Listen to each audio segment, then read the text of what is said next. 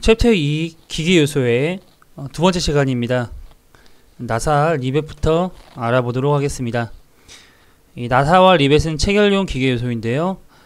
나사는 우선 나사산과 나사홈, 골, 그 리드 이렇게 있고요. 피치, 순나사, 앞나사, 유효지름, 호칭지름 굉장히 다 중요합니다. 나사산이라고 하는 것은 우리가 순나사 기준으로 봤을 때 이렇게 나사산이 나타내게 되죠.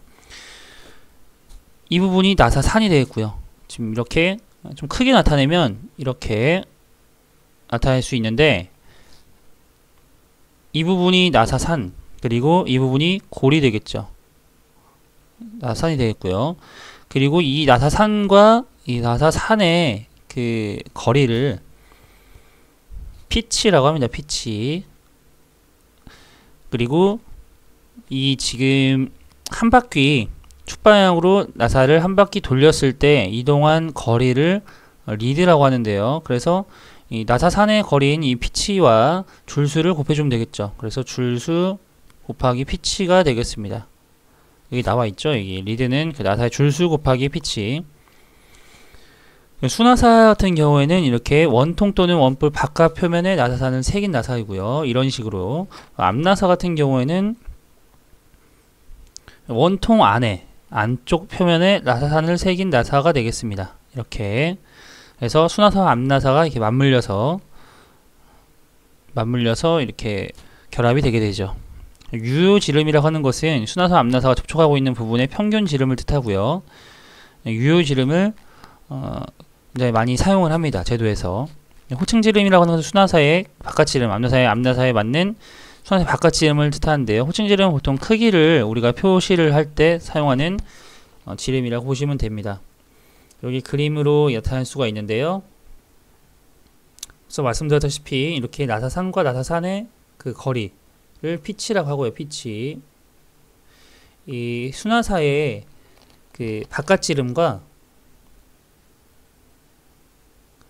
그 앞나사의 바깥지름 이렇게 나옵니다. 여기 지금 이 부분에서 이 부분은요. 이 부분에서 이 부분은 여기 수나사의 바깥지름이라고 보시면 되고요. 여기 고쳐주시기 바랍니다. 이 부분은 수나사의 안지름입니다. 안지름. 수나사의 안지름. 수나사의 안지름.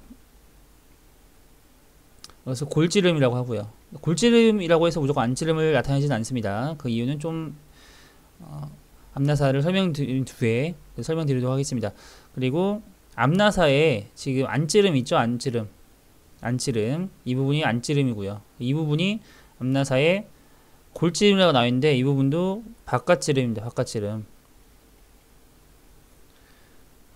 그러니까 수나사에서는 이 바깥지름이 중요하겠죠. 바깥지름이. 앞나사에서는 이 안지름이 중요합니다. 그래서 수나사에서는 바깥지름이라고 하고요. 그리고 안지름을 골지름이라고 합니다.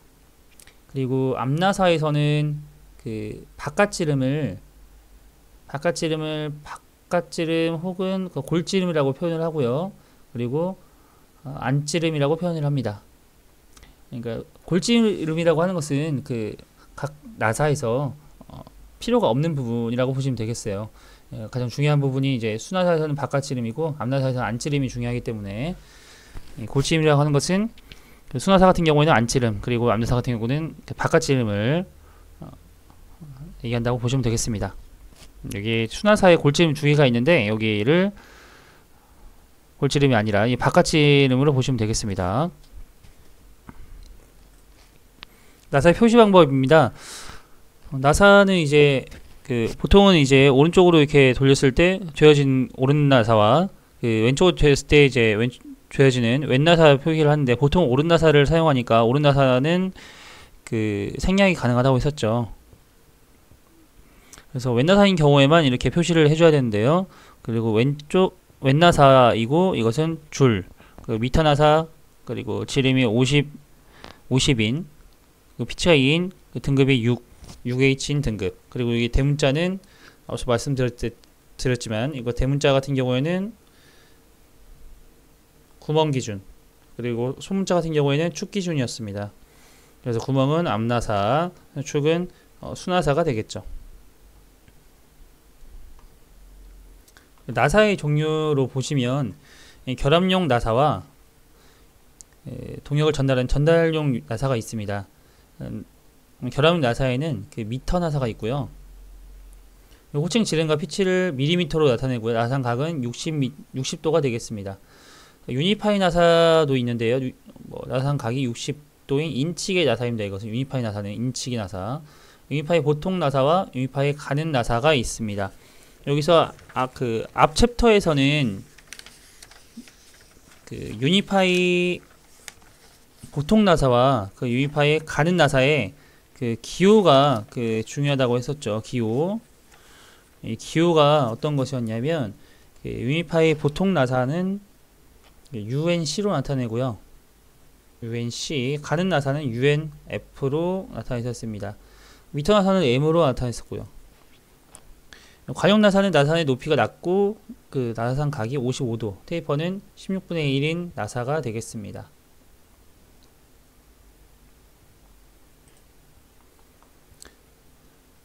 그래서 이 결합용 나사들은요, 이게 지금 다시 보면 나사산의 그 모양에 따라서 이렇게 나눌 수가 있는데, 보통은 이 삼각 나사들이 이렇게 미터 나사, 유니파이 나사, 관용 나사, 결합용 나사로 사용되고요. 이 사각인 나사가 있습니다. 이 사각 나사 혹은 이렇게 사다리꼴 나사, 이런 것들이 다 동력 전달력입니다. 이런 것들이 지금 미터 나사나 유니파이 나사 이런 것들은 삼각 나사로 보시면 되고요. 운동용 나사는 이제 사각 나사와 이렇게 사각 나사와 사다리꼴 나사로 나타내시면 되겠습니다. 그리고 둥근 나사도 있겠고요. 이렇게 사각 나사 같은 경우는 이제 축 방향의 하중을 받아서 운동을 전달하는 데 적합하도록 나사는 사각 모양을 만든 나사로서요. 하중의 방향이 일정하지 않고 교범 하중을 받을 때 효과적인 나사가 되겠습니다. 선반은 이속 나사나 나사 프레스 드론을 쓰는데요. 효율이 굉장히 높은데 제작이 어렵습니다. 그래서 사다리꼴 나사를 많이 사용하는데요. 미터계는 30도, 미터계 TR, 인치계는 29도입니다. 알아두시고요. 중요합니다. 사각 나사보다 강도가 높습니다. 나사 봉우리와 골 사이에 틈새가 있어서 물림이 좋습니다. 그리고 마모가 돼도 어느 정도 조정할 수가 있다는 장점이 있죠. 이 사각은 이렇게 다 직각인 반면에 사다리꼴은 이렇게 틈이 있을 수 있으니까 이렇게 어느 정도 조정을 할 수가 있습니다. 공작기계 이속 나사 이런 것들을 이제 사용이 되고요. 둥근 나사 같은 경우에는 이제 나사산과 골이 같은 반지름 원으로 이은 모양이 둥글게 되어 있는 나사, 둥근 나사 또는 너클 나사라고 보시면 되겠습니다. 이 둥근 나사, 너클 나사 같은 의미라는 거 알아두시면 되겠습니다. 톱니 나사, 힘을 한 방향으로만 받는 부품에 이용되는 나사가 되겠습니다. 리벳입니다. 그 리벳에서는 중요한 것이 리벳 크기를 표시하는 것이 굉장히 중요한데요. 우선 리벳이라고 하는 것은 구조가 비교적 간단합니다. 보통 이런 식으로 끼워서 사용하는 그 결합용 요소인데요. 찰류 표정이 없죠. 그래서 의용 범위가 넓고요. 그래서 암벽 용기나 보일러 등에 이렇게 기밀을 위해서 이렇게 넣어주는 거죠. 이거 리벳을 넣어줌으로써 그 홈에 리벳을 넣어줘서 기밀을 요하는 곳에 사용이 됩니다. 그래서 보일러용 리벳과 용기용 리벳, 뭐 구조용 리벳으로 나눌 수가 있는데, 리벳에는 가장 많이 나오는 게 리벳의 표시를 어떻게 하는지, 그리고 크기 표시하는 부분이 나오는데요. 크기 표시 같은 경우는 머리 부분을 포함한 전체 길이를 하는 것이 접시 머리 리벳입니다. 호칭 길이를 이게 접시 머리 리벳만 이렇게 끝까지 하고요. 뭐 둥근 머리 리벳과 납작 머리 리벳 같은 경우, 그리고 둥근 접시 머리 리벳도 이 부분들이 호칭 길이가 됩니다. 접시 머리 리벳만 머리 끝까지 호칭 길이를 한다는 거죠. 이 부분이 제일 중요하니까 꼭 알아두시기 바랍니다. 개념잡기 문제 풀어보도록 하겠습니다. 에크미 나사라고도 하며, 그 나사의 각도가 인치계에서는 29도이고 미터계에서는 30도인 나사. 나사의 각도가 인치계에서는 29도이고요. 미터계에서는 30도라고 했습니다. 이것은 지금 인치계에서 29도라고 하는 것은, 이것은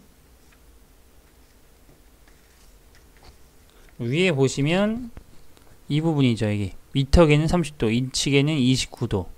그래서 미터계 TR, 인치계에서는 TW였죠. 이게 사다리꼴 나사였죠. 사다리꼴. 금이 나사는 사다리꼴 나사였습니다. 답은 1번이 되겠고요. 여기 지금 인치계 29도 이게 TW 나타낸다는 거, 미터계 30도 TR로 나타내는 거 꼭 알아두시기 바랍니다.